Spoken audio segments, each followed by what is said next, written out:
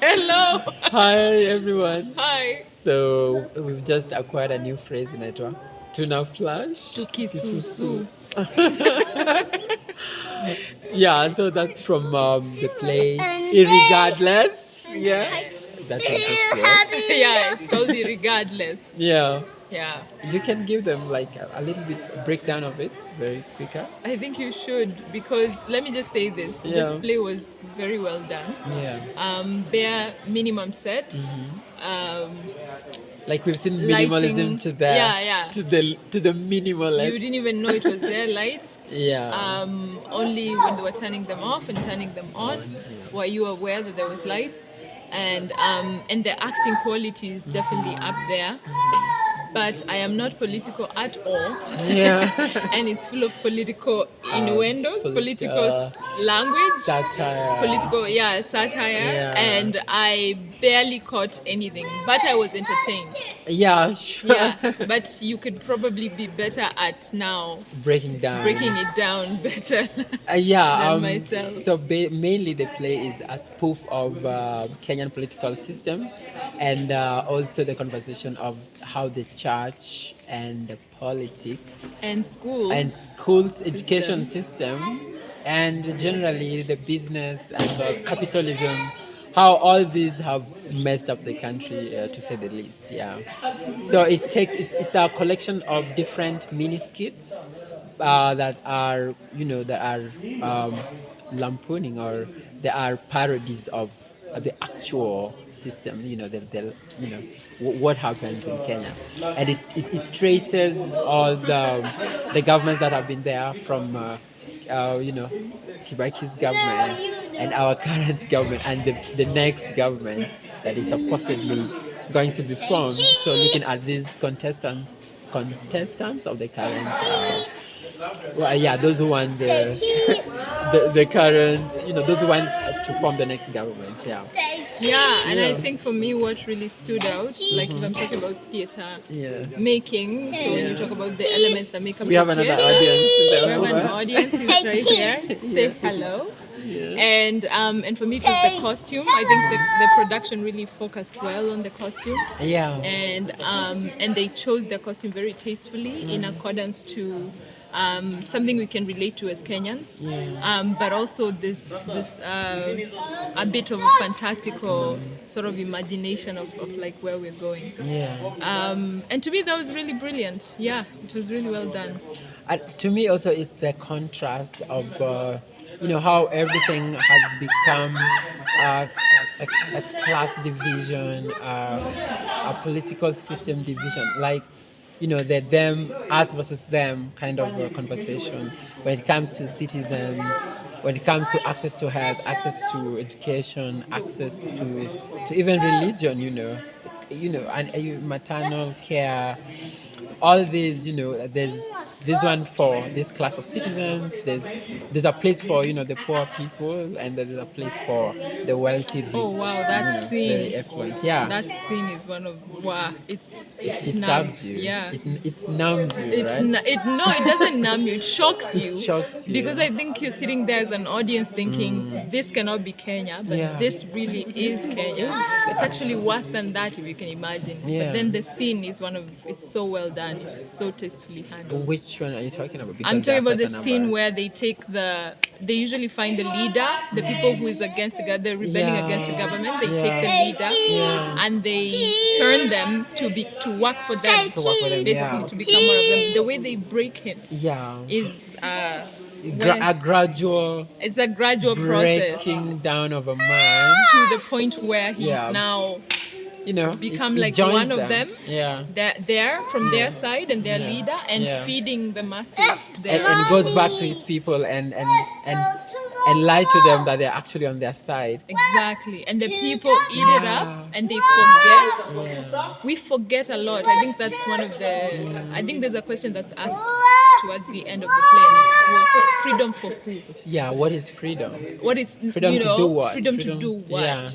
freedom for what? For And what, a young boy, is the one who Yeah. asks this to his father. Yeah. And it really leaves a mark on you as an audience member, but really as a Kenyan, because you know what it means. Yeah, I mean, the freedom is just an idea. It's just Freedom is an idea that's rhetoric, found in Sarafina, right? Yeah. That musical Sarafina. Yeah. Freedom Yeah, is not but coming tomorrow. not anytime soon. But also this idea of Moving on, Yeah. like Kenyans have forgetting so fast. Yeah. And there's this joke of mosho moja, once someone has been cleansed, with money or with whatever it is, and they forget about what they were standing for. We have activists who have turned to be the most greediest people. And this play, Irregardless, was, how they say, irregardless, life has to move on. Yeah.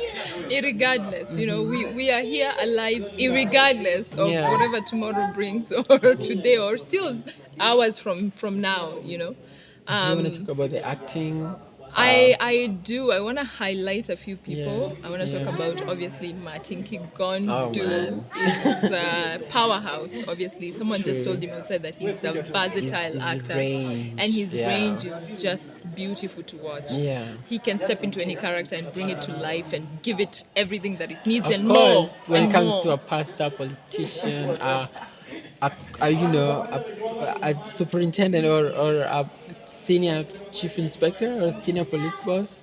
Yeah, And also, my it's choice. just himself, or representing the director, I think or so. also representing the president, Yeah. current. So these layers. So it's a very layered play, and that comes across because Martin can take an archetypal character that can possibly end up being very one note or one dimensional, and really bring depth to it, such that it takes you.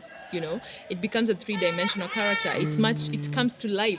It's a person. They live, they breathe, they're in the moment, and we forget that it's Martin. And that's his and power. we completely see that character that he's now, representing at the moment, and Else- that's the power. Yeah, of- that's really the power. So I have to Yeah. highlight Faiz. Yeah. Faiz has Stepped stepped of up. Maybe his this comfort is the kind zone. of role he should be playing. Yeah. Where he is himself, but also he knows these stereotypical characters and can really pull them off, and they land very well in his posture, in his body, Yeah, how his he's physical body. embodied- He really embodies embodies them. it brilliantly. Yeah. Faiz, you did good. Yeah, from street life And he took this on so many boyfriend characters. and yeah. Also Ndoopsy, what? Oh, and Dubes. As Yeah. the ladies of the place, Yeah. you did really well, and also the whole cast. Everyone, yeah. There was this guy who was playing one of the most evilest characters we've ever seen, and you're still The caretaker? the caretaker. Yeah, oh my God, you are a representation of, this. Wow. The world that JJ has tried to create. Yeah. You truly hold it up. You're Yeah. really the glue for it. Yeah. Keep it up.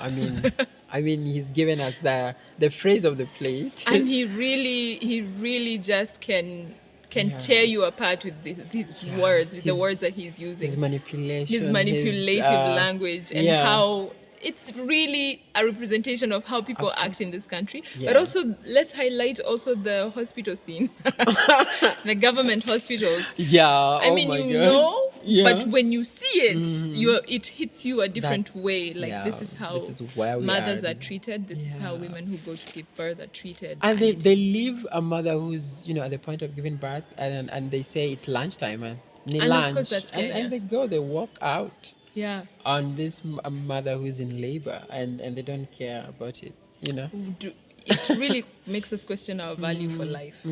Yeah, but at the end of the day, I think what JJ really finishes. JJ is the director, by the way. Yeah. JJ Jumbi, brilliant. Jumbi. Yeah, good job. Satire writer / director. Yeah. Able to capture like the heartbeat of this country as is right now in this political climate. And we truly were taken. And also, one of the best endings of a play I've seen in a long time. Yeah.